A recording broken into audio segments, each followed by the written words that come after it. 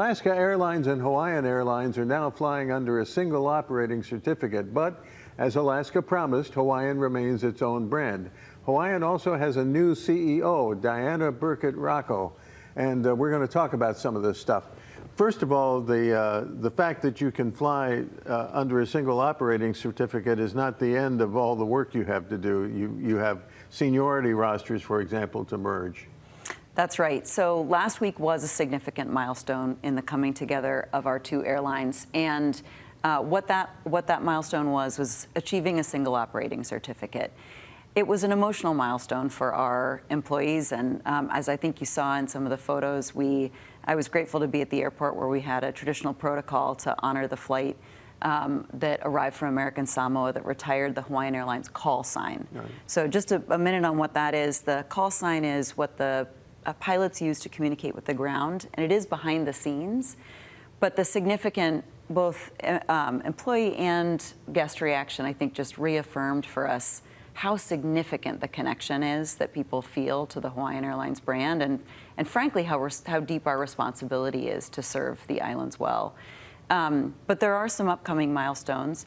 One thing that the last week's milestone was not was anything related to the brand. So the brand remains, and the brand will continue to remain in lobbies and lounges, on boarding passes, on the website, on the outside and inside of the aircraft, and most importantly, in the hospitality and service of our incredible people.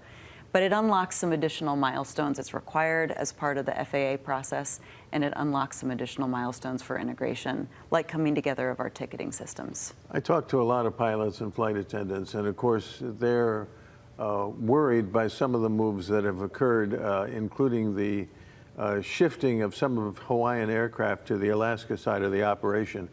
We've reported extensively why that is, but I did want to ask you if there is any discussion whatsoever of replacing those aircraft on the Hawaiian side, possibly by ordering more aircraft later when conditions are right. Yeah, thanks for asking.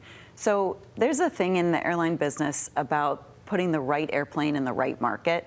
Airplanes are meant to fly as long and as far as they can, and as much as they can, and they do better when they do so. So having the 787s operate out of Seattle and being able to reach as far as Europe helps create a one-stop connection to Europe from Hawaii, but also enables those airplanes to do their best work. We're keeping the A330s based here in the islands, and we will also be refurbishing those aircraft to make sure that they have modern, brand new interiors that match the level of service that folks are receiving from our employees.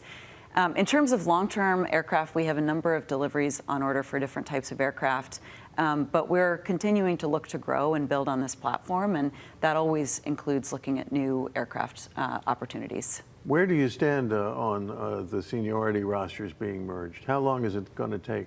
That's another great question. So the action of merging the seniority lists is actually one that is a responsibility taken on by the unions themselves. Management actually doesn't have a role in that, but usually it happens sort of concurrent with the bringing together of the labor contracts. That process takes different times for different work groups. All of those processes have started, but some of them will take longer than others. Some of them could take a few years, and some of them may happen sooner. Do you think that there is anything going on in the economy right now that might pose a challenge for you as you execute this plan?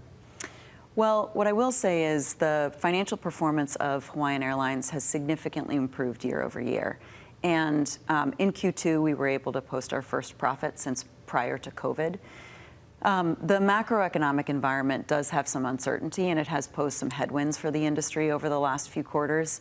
But the fundamentals are strong, and the way that we think about our business is there's a phrase we use often, control what you can control, to make sure that the fundamentals are strong to weather whatever the environment brings, and then be prepared to adapt. But the plans that we have to make sure that we're building on the shared network, but to keep those two brands strong, that will not change. Okay, you're always welcome whenever you want to talk about some of this, because I think there's a bottomless interest in Hawaii in how this is going to happen. It's 7:16 now. You're watching Sunrise. We're going to check in with Jelani. Hey, yes, Howard. Here